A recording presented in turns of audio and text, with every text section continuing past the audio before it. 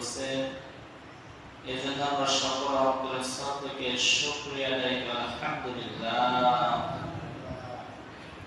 মহান আল্লাহ পাক রব্বুল আলামিন যাকে মহব্বত করেন, যাকে ভালোবাসেন, তাকে তার ইবাদত করার তৌফিক দান করেন।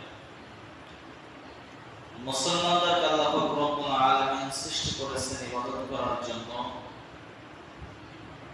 মুসলমান এই দুনিয়াতে থাকার জন্য আসে নাই, সকলেরই চলে যেতে হবে, এই ধ্যান ধারণা মাথায় রাখতে হবে। আল্লাহ পাক রব্বুল আলামিন আমাদেরকে কি জন্য পাঠিয়েছেন, কি কাজ করতেছি এবং আমাদের কোথায় যাইতে হবে, এই চিন্তা আমার আপনার ভিতরে যখন থাকবে তখন আমার আপনার দ্বারা গুনার কাজ কম হবে। পরকালের কথা যখন আমি আপনি চিন্তা করব তখন আমার আপনার দ্বারা এই দুনিয়ার মহাব্বত কমে যাবে। এই দুনিয়াটা মুসলমানদের জন্য হলো জেলখানা স্বরূপ। আল্লাহ রাসূল সাল্লাল্লাহু আলাইহি ওয়াসাল্লাম বলেন, আদ-দুনিয়া সিজনুল মুমিন ওয়া জান্নাতুল কাফির। দুনিয়াটা হলো মুমিনদের জন্য কয়েদখানা। কয়েদখানায় যেমন নাকি স্বাধীনভাবে চলা যায় না, যারা নাকি জেলে গিয়েছে তাদের কোনো স্বাধীনতা নাই।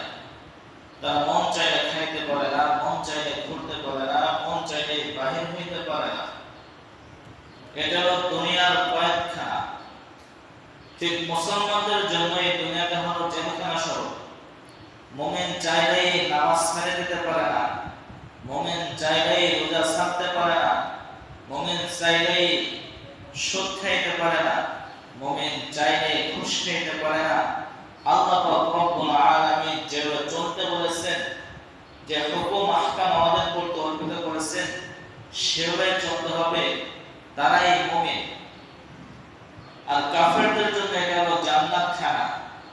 জান্নাতের ভিতর যেমন নাকি কাউকে কোনো বাধা দেওয়া হবে না, কোনো কাজের জন্য নিষেধ করা হবে না, ঠিক কাফেরদেরও আজ কোনো কোরআন নাই, হাদিস নাই। তারা মন চাইলে সুদ খাইতেও পারে, ঘুষ দিতেও পারে। নামাজ না পড়লে কেউ জিজ্ঞাসা করবে না, কেন তুমি নামাজ পড়ো নাই, কেন তুমি রোজা রাখো নাই, কেন তুমি এই সমস্ত অন্যায় কাজ করতেছো, কেন তুমি জিনার কাজ করতেছো, কেন তুমি প্রকাশ্যে গুনার কাজ করতেছো, তোমার সন্তান নামাজ পড়তেছে না, তোমার মেয়ে নামাজ পড়তেছে না, তোমার মেয়ে পর্দা করতেছে না। এই সমস্ত কাফেরদেরকে বলা হবে না, হয় নাকি? বলা হয় নাকি? কাফেরদেরকে বলা হয় না, কারণ কাফেরদের জন্য এই দুনিয়াটা কি স্বরূপ? জান্নাত স্বরূপ।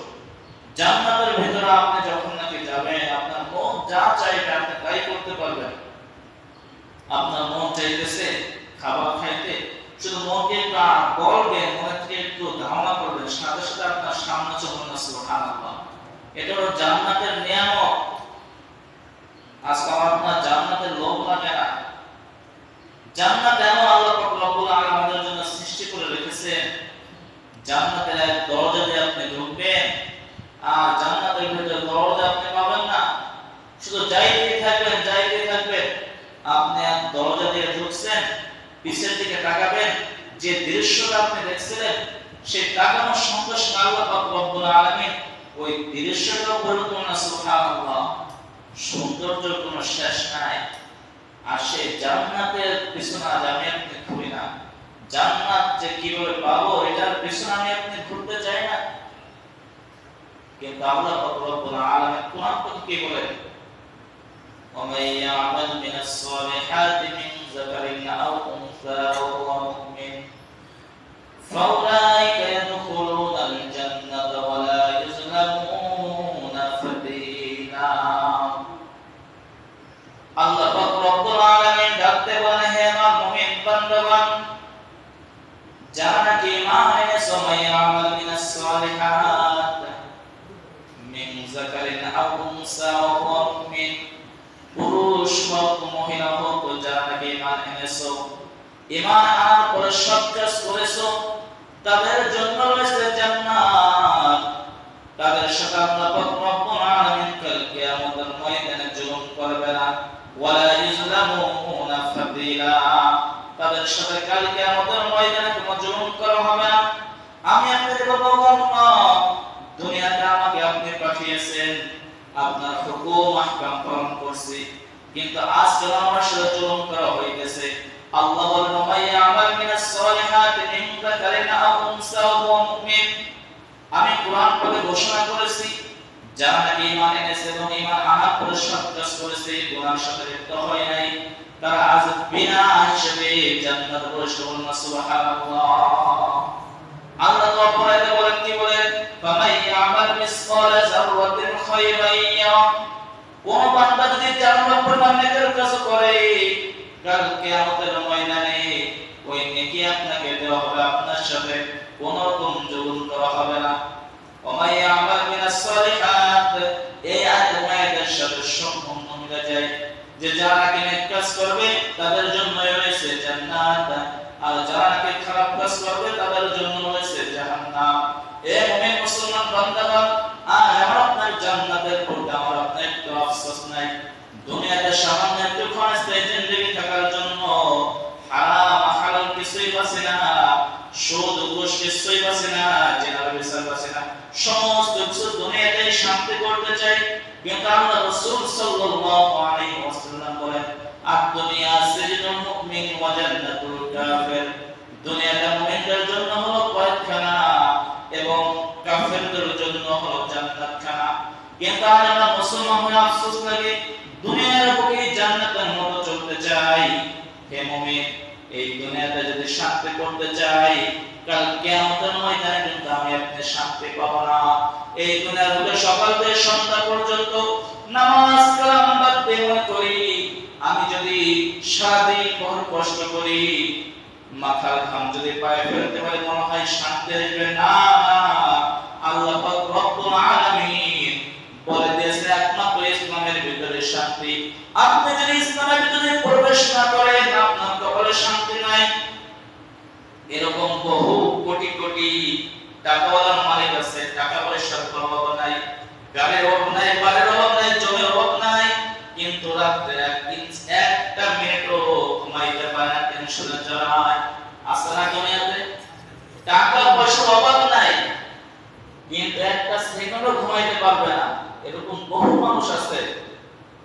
কিন্তু আমি আপনি যদি একটু লক্ষ্য করি, গরিব মানুষ তিন বেলা খাবার খাইতে পারে না, আল্লাহর হুকুম আহকাম মানতেছে, নামাজ পড়তে বলেছে নামাজ পড়তেছে, রোজা রাখতে বলেছে রোজা রাখতেছে, আল্লাহর হুকুম মতো চলতেছে। সে ব্যক্তি দেখবেন ঈশার নামাজ জামাত শেষ করে দিয়ে ঘুমাইতেছে, ফজর পর্যন্ত ঘুমাইতেছে, একটু ঘুমায় হইতেছে না, হইতেছে নাকি? কিন্তু আপনি যখন সুযোগটা যাবেন আত্মসময় হক ঠিক কথা আপনি বুঝে দেবেন না। আত্মসময় হক যদি আপনি না বুঝে দিতে পারেন, আল্লাহ পাক রব্বুল আলামিন যদি আমাদের আপনাদের শান্তিতে থাকতে দেবে না। এই মুসলমান আজ মনে করি নিজে শান্তি করব, নিজে সমস্ত সম্পদ দেখাবো না। আল্লাহ পাক রব্বুল আলামিন আমার আপনার জন্য যতটুকু রাখছে অতটুকু খাইতে পারবো, এর 1 ইঞ্চি পরিমাণ খাইতে পারবো না। যখন নাকি মালাকুল মউত চলে আসবে, আমার আপনার রিজিক এই দুনিয়া থেকে চলে যাবে, মালাকুল মউত চলে আসবে, মালাকুল মউত চলে এসে বলবে তোমার আর 1 সেকেন্ড সময় দেওয়া হবে না। তুমি যে নামাজ কালাম বাদ দিয়ে দুনিয়ার জন্য এত কিছু করেছো, সমস্ত কিছু ওই সমস্ত করে থাকবে, তুমি পরকালে যাওয়ার জন্য প্রস্তুত গ্রহণ করো। তখন আমি আপনি আফসোস করে বলবো আল্লাহ আমাকে আর 1 মিনিট সময় দেন। কিন্তু আল্লাহ পাক রব্বুল আলামিন সময় দেবেন না, দেবেন নাকি? 1 সেকেন্ড সময় দেবে না। এজন্য তো কবি বলেন কার লাগিয়া হাসো তুমি, কার লাগিয়া কান্দো, যে তোমার এক করলো সৃজন তারে কইলাছো। ঠিক কি না? আল্লাহ পাক রব্বুল আলামিন যারা আমাদেরকে সৃষ্টি করেছেন তাকে ভুলে গেছে আজ আমি আপনি। আজ আমাদের জন্য সন্তানের জন্য আমরা হাসাহাসি করতেছি, কান্নাকাটি করতেছি, তো যে আমাকে সৃষ্টি করছে তাকে ভুলে গেছি। আমাদের দরকার ছিল কি আল্লাহকে স্মরণ রাখার দরকার না? আল্লাহ পাক রব্বুল আলামিন আমাদেরকে যে জন্য সৃষ্টি করেছেন সেই হুকুম আহকাম মেনে যদি চলতে পারি তাহলে আমি আপনি সফল কাম। চলবো তো ইনশাআল্লাহ, নামাজ পড়বো তো ইনশাআল্লাহ। যা কিছু বললাম আমাকে সফল কাম করার তৌফিক দান করুন। সুন্নাহ প্রচারে কবর মাসনাত